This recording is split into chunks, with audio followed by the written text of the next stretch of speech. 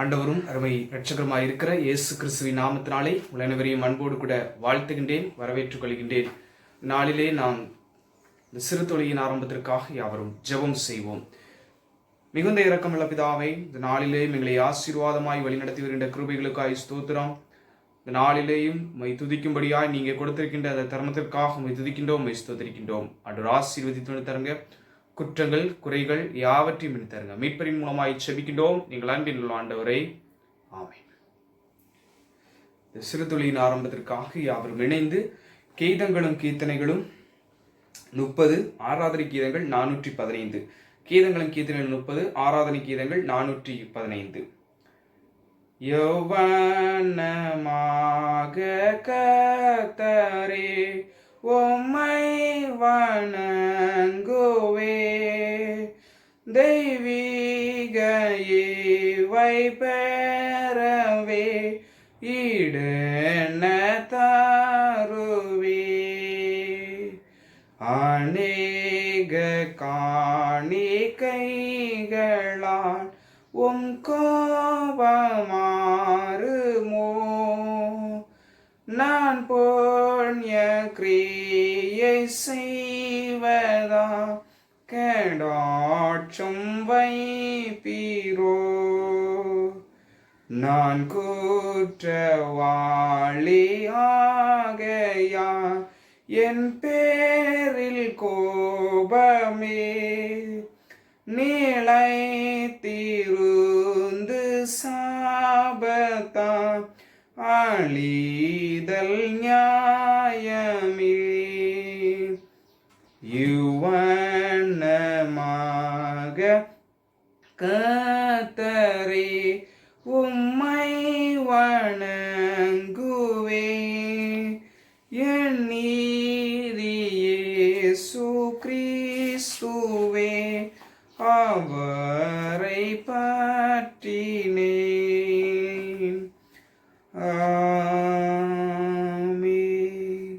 மனம் திரும்புங்கள், பரலோக ராஜ்யம் சமீபித்திருக்கிறது. நான் எழுந்து என் தகப்பனிடத்திற்கு போய், தகப்பனே, பரத்துக்கு விரோதமாகவும் உமக்கு முன்பாகவும் பாவம் செய்தேன், இனிமேல் உம்முடைய குமாரன் என்று சொல்லப்படுவதற்கு நான் பாத்திரன் அல்ல. நமக்கு பாவம் இல்லை என்போமானால் நம்மை நாமே வஞ்சிக்கிறவர்களாய் இருப்போம். சத்தியம் நமக்குள் இராது. நம்முடைய பாவங்களை நாம் அறிக்கையிட்டால் பாவங்களை நமக்கு மன்னித்து எல்லா நியாயத்தை நீக்கி நம்மை சுத்திகரிப்பதற்கு கர்த்தர் உண்மையும் நீதியும் உள்ளவராய் இருக்கிறார். எவரும் பொதுவான பாவரிக்கை ஜெபத்தை எடுப்போம். சர்வ வல்லமை மிகுந்த இரக்கமுள்ள பிதாவை, தப்பிப்போன ஆடுகளைப் போல நாங்கள் உம்முடைய வழிகளை விட்டு வழியை அலைந்து போனோம். எங்கள் இருதயத்தின் யோசனைகளுக்கும் விருப்பங்களுக்கும் மிகவும் இணங்கி நடந்தோம். மது பரிசுத்த கற்பனைகளுக்கு விரோதமாய் குற்றம் செய்தோம். செய்யத்தக்கவளை செய்யாமல் செய்யத்தகாதவளை செய்து வந்தோம். எங்களுக்கு சுகமே இல்லை. ஆனாலும் ஆண்டவரை தேவரீர் எங்கள் கர்த்தராகிய இயேசு கிறிஸ்துவுமாய் மனிதருக்கு அருளிச்சத வாக்குத்தத்தங்களுடைய நிர்வாகியுள்ள குற்றவாளிகளாகி எங்களுக்கு இறங்கும். தப்பிதங்களை அறிக்கையிடுகிற எங்கள் மேல் பொறுமையாயிரும். பாவத்தை நிமித்தம் துக்கப்படுகிற எங்களை சீர்படுத்தும். மிகவும் இரக்கமுள்ள பிதாவே, உம்முடைய பரிசுத்த நாமத்துக்கு மேம்படாக்கும்படி நாங்கள் இனி தேவ பக்தி நீதியும் தெளிந்த புத்தியும் உள்ளவர்களாய் நடந்து வர இயேசு கிறிஸ்துவின் நிமித்தம் எங்களுக்கு கிருபை செய்தோம். ஆமீன். விசுவாச பிரமாணத்தை ஏறெடுப்போம். வானத்தையும் பூமியும் படைத்த சர்வ வல்லமுள்ள பிதாவாகி தேவனை விசுவாசிக்கிறேன். அவருடைய ஒரே குமாரனாகி நம்முடைய நாதர் இயேசு கிறிஸ்துவை விசுவாசிக்கிறேன். அவர் பரிசுத்த ஆவினாலே கன்னிமரியாத்தில் உட்பித்து பிறந்தார். பொந்தை பிலாத்தின் காலத்தில் பாடுபட்டு சிலுவையில் அறையுண்டு மறித்து அடக்கம் பண்ணப்பட்டு பாதாளத்தில் இறங்கினார். 3ஆம் நாள் மரித்தெழுந்து எழுந்தருளினார். பரமனந்தில் எழுந்தருளி சர்வ வல்லமுள்ள பிதாவாகிய கடவுளை வலதுபார்சில் வீற்றிருக்கிறார். அவ்விடத்திலிருந்து உயிருள்ளவரை மரித்தவரை நியாயத்திற்க வருவார். பரிசுத்த ஆவியை விசுவாசிக்கிறேன். பொதுவாக இருக்கிற பரிசுத்த சபையும் பரிசுத்தவானுடைய ஐக்கியமும் பாவ மன்னிப்பும் சரீரம் உயிர்த்தெழுதலும் நித்திய ஜீவனும் என்று விசுவாசிக்கிறேன். ஆமேன். யாவரும் பரமலர் ஜெபத்தை இருப்போம். பரமலர் இருக்கிற எங்கள் பிதாவை, உம்முடைய நாமம் பரிசுத்தப்படுவதாக, உம்முடைய ராஜ்யம் வருவதாக, உம்முடைய சித்தம் பரமத்திலேயும் செய்யப்படுவது போல பூமியிலேயும் செய்யப்படுவதாக. அன்றென்று எங்கள் அப்பத்தை எங்களுக்கு தாரும். எங்களுக்கு விரோதமாய் குற்றம் செய்வர்களுக்கு நாங்கள் மன்னிக்கிறது போல எங்கள் குற்றங்களை எங்களுக்கு மன்னியும். எங்களை சோதனைக்கு பிரவேசிக்க பண்ணாமல் தீமையை எங்களை எடுத்துக்கொள்ளும். ராஜ்யம் வல்லமை மகிழும் என்றென்றைக்கும் உடையகளே. ஆமேன். நாளுக்குரிய சுருக்க ஜெபம். எல்லா நன்மைகளுக்கும் ஊற்றுவருடைய வாழ்க்கை அன்பதேவனே, மனிதன் தனிமையாயிருப்பது நல்லதல்ல என்று ஏற்ற துணையை உண்டாக்கி திருமணம் என்னும் நியமத்தை மனுக்குலத்திற்கு தந்தவரை எம்மை துதிக்கின்றோம். உம்முடைய பரிசுத்த சன்னிதானத்தில் திருமணம் எனும் உடன்படிக்கை செய்துள்ள நாங்கள் திருமணத்தை கனமுள்ளதாக கருதி வாழவும் அன்பு நிறைந்தவர்களாயும் ஒருவருக்கொருவர் விட்டு கொடுத்து மன நிறைவுடன் வாழ்ந்திட உமது தெய்வீக அன்பை எங்கள் உளங்களில் பொழிந்தருளோம். எங்கள் ஆண்டவர் இயேசு கிறிஸ்துவின் நாமத்தில் மிகுந்த மனத்தாழ்மையோடு வேண்டிக் கொள்கிறோம் பிதாவே. ஆமேன்.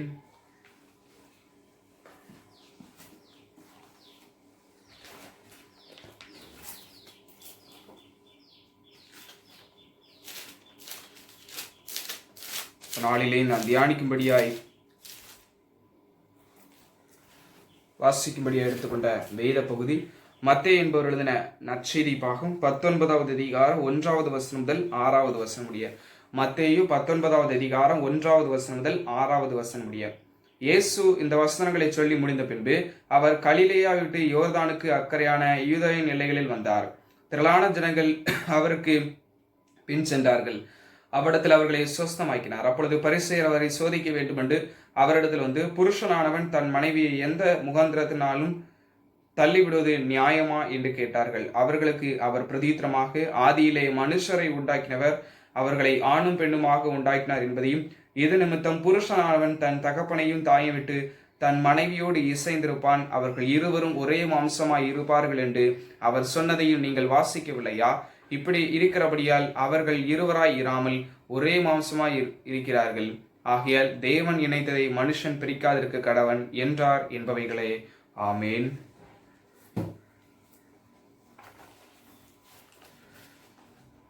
ஆண்டவரும் அருமை இரட்சகருமாய் இருக்கிற இயேசு கிறிஸ்துவின் நாமத்தினாலே உங்கள் அனைவரையும் அன்போடு கூட வாழ்த்துகின்றேன், வரவேற்றுக் கொள்கின்றேன். இந்த நாளிலே நாம் தியானிக்கும்படியாக எடுத்துக்கொண்ட வேத பகுதி பரிசுத்த மத்தேயு என்பவர் எழுதின நற்செய்தி பாகம் 19வது அதிகாரம் 5வது வசனம்.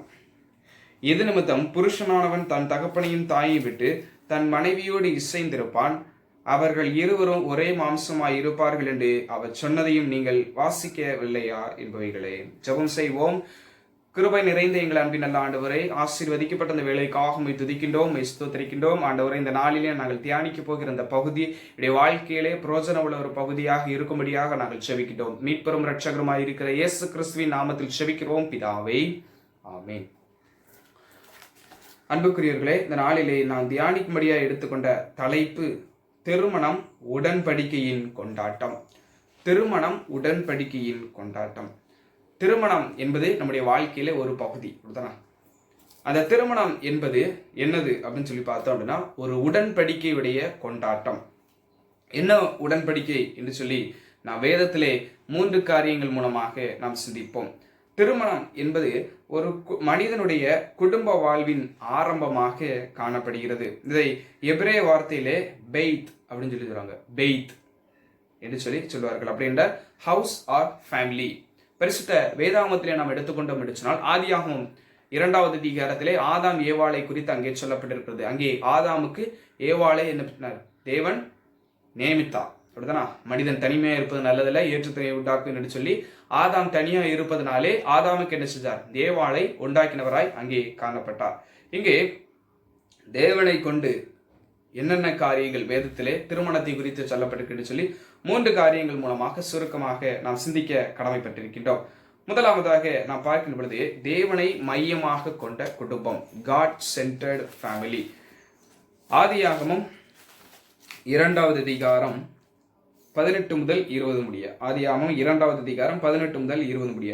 பின்பு தேவனாகி கர்த்தர், மனுஷன் தனிமையா இருப்பது நல்லதல்ல, ஏற்ற துணையை அவனுக்கு உண்டாக்குவேன் என்றார். தேவனாகி கர்த்தர் வெளியின் சகலவித மிருகங்களையும் ஆகாயத்தின் சகலவித பறவைகளையும் மணினாலே உருவாக்கி, ஆதாம் அவைகளுக்கு என்ன பெயரிடுவான் என்று பார்க்கும்படி அவைகளை அவனிடத்தில் கொண்டு வந்தார். அந்தந்த ஜீவ இதுக்கு ஆதாம் எந்தெந்த பெயரிட்டானோ அதுவே அதுக்கு பெயராயிட்டு. அப்படியே ஆதாம் சகலவித நாட்டு மிருகங்களுக்கும் ஆகாயத்து பறவைகளுக்கும் சகலவித காட்டு மிருகங்களுக்கும் பெயரிட்டான். ஆதாமுக்கோ ஏற்ற துணையும் காணப்படவில்லை. தேவனை மையமாக வைத்த ஒரு குடும்பம். தேவனை என்ன மையமாக வைத்தார் என்று சொன்னால், தேவனானவர் இங்க என்ன செய்றார்? ஆதாமை ஏதேன் தோட்டத்துக்கு காவலாக இங்கே நியமிக்கின்றார். அப்போ ஆதாமுக்கு ஒரு துணை வேண்டும் என்று சொல்லி அங்கே ஆண்டவர் என்ன செய்கிறார்? ஆதாமுக்கு ஒரு துணையை உண்டாக்கி கொடுக்கிறார். ஏவாள் என்று சொல்லுகின்ற ஒரு பெண்மணியை ஆதாமுக்கு துணையாக ஆண்டவர் என்ன செய்கிறார்? நியமிக்கின்றவராய் காணப்படுகின்றார். இங்கே நான் பார்க்கின்ற பொழுது ஆங்கிலத்திலே ஒரு பழமொழி சொல்வார்கள், a family that prays together stay together. தேவனுடைய நம்முடைய குடும்ப வாழ்க்கையிலே மையப்படுத்தும் பொழுது அன்புள்ளவர்களாக, ஐக்கியத்திலும் சாட்சியிலும் பலப்படுகின்றவர்களாக காணப்பட வேண்டும். அங்கே ஆண்டவர் ஆதாமுக்கு என்ன செய்தார்? ஏவாளை உண்டாக்கி கொடுத்தார். எதற்காக? ஆதாம் தனிமையா இருக்கிறான், அந்த தனிமையானது ஒரு நிறைவை பெற வேண்டும், ஒரு அன்பானது அவர்கள் பெற்றுக்கொள்ள வேண்டும் என்று சொல்லி அங்கே தேவனை மையப்படுத்தி அங்கே தேவன் என்ன செய்கிறார்? ஆதாமுக்கு ஏவாளை ஒரு துணையாக அங்கே கொடுக்கின்றார். அன்புக்குரியவர்களே, அங்கே தேவனை மையப்படுத்துகின்ற ஒரு குடும்பமாக அங்கே காணப்படுகின்றது. இன்று நம்முடைய வாழ்க்கையிலே திருச்சபையிலே இணைக்கப்படுகின்ற ஒரு குடும்பம் தேவனை மையப்படுத்துகின்ற ஒரு குடும்பமாக இருக்கிறதா என்று சொல்லி நாம் எண்ணி பார்க்க கடமைப்பட்டிருக்கின்றோம். திருச்சபையில் நடைபெறுகின்ற குடும்பம் தேவனை மையப்படுத்த வேண்டும் என்று சொல்லி அங்கே நாம் அறிவுரைகள் கேட்டு, ஆனால் அது தேவனை மையப்படுத்தாதவாறு, தேவனை ஏற்றுக்கொள்ளாதவாறு இருக்கின்ற குடும்பங்களாக இன்று அநேக குடும்பங்கள் காணப்படுகிறது. அதை நாம் கருத்திலே கொள்ள நாம் கடமைப்பட்டிருக்கின்றோம். இரண்டாவதாக நாம் பார்க்கின்ற பொழுது அன்பை மையமாக கொண்ட குடும்பம், அன்பை மையமாக கொண்ட குடும்பம், லவ் சென்டர்டு ஃபேமிலி.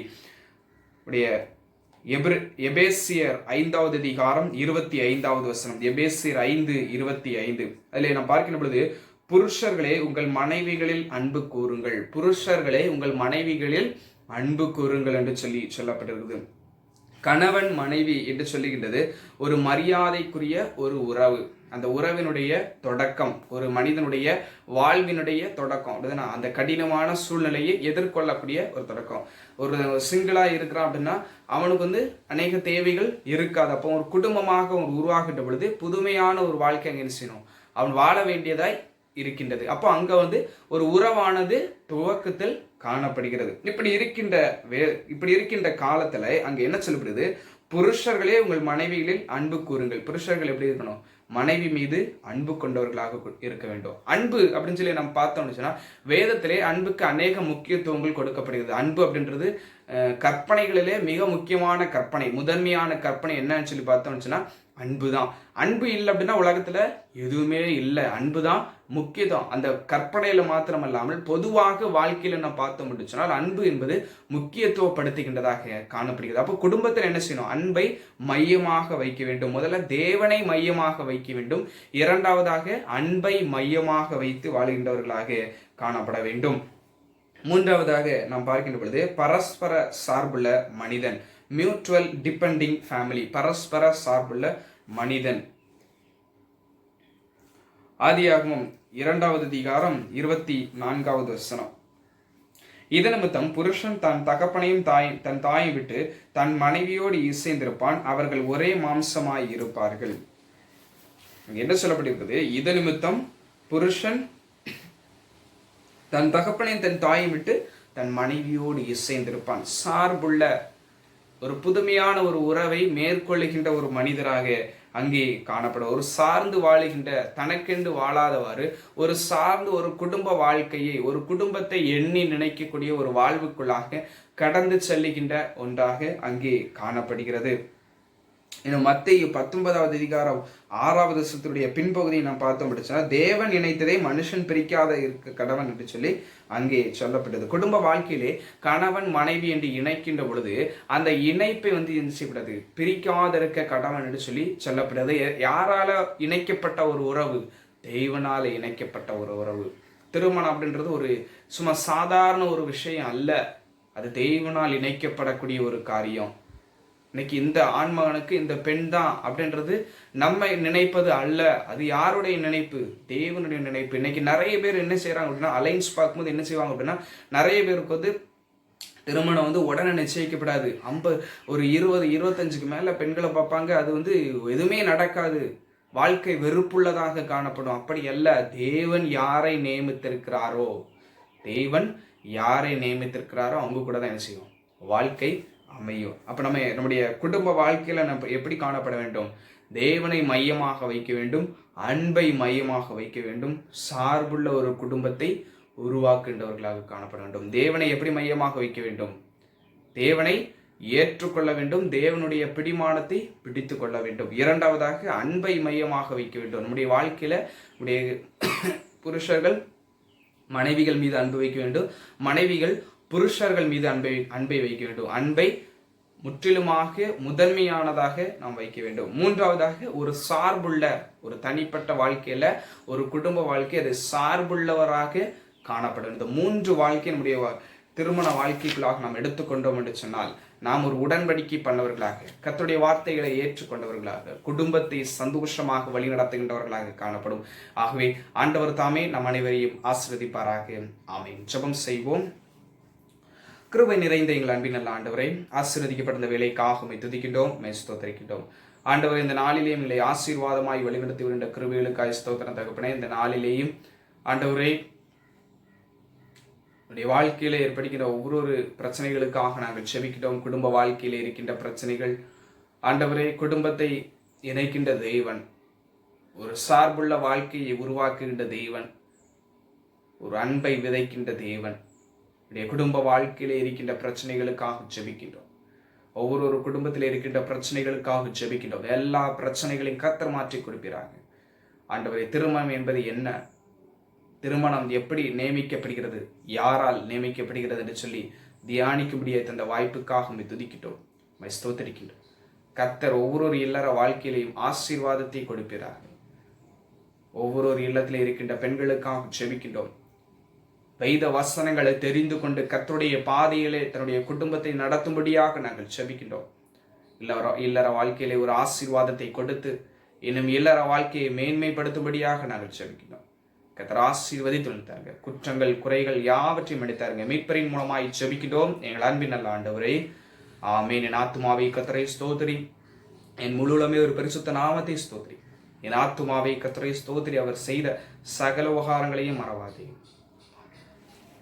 ஆசீர்வாதம் நம்முடைய கர்த்தராகிய இயேசு கிறிஸ்துவினுடைய கிருபையும் பிதாவாகிய தேவனுடைய அன்பும் பரிசுத்தாவினுடைய ஐக்கியமும் நம் அனைவரோடும் கூட என்றும் என்றும் இனி வரும் சதா காலங்களிலும் நிறைவாய் தங்கியிருப்பதாக. ஆமீன். சிறு தொழுகையின் நிறைவுக்காக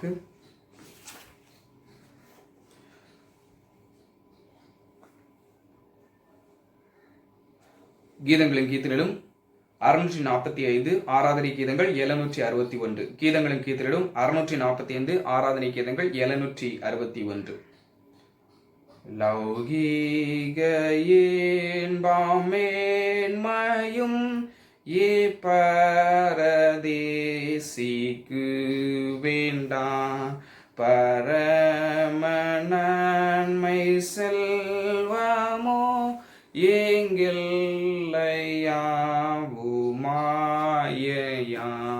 பொருளல்லாததை நாடே நான் இயேசுவை சிநேகிப்பேன், பொருளல்லாததை நாடே நான் இயேசுவை சிநேகிப்பேன். லௌகீக வாழ்வு ஒளியும் சரீரமழகற்று போ, நரகை வேளையாளியோ ஏவோலகமுவந்து போ, பொருளல்லாததை நாடே நான் இயேசுவை சிநேகிப்பேன், பொருளல்லாததை நாடே நான் இயேசுவை சிநேகிப்பேன். எங்கள் கண்மலையும் எங்கள் மீட்பெருமாகிய கர்த்தாவே, அடியேன் வாயின் வார்த்தைகளும் இருதயத்தின் தியானமும் எப்பொழுதும் உடைய சமூகத்தில் பிரீதியாய் தங்கியிருப்பதாக. ஆமேன். கர்த்தர் உங்களை ஆசீர்வதித்து வழி நடத்துவாராக. ஆமேன்.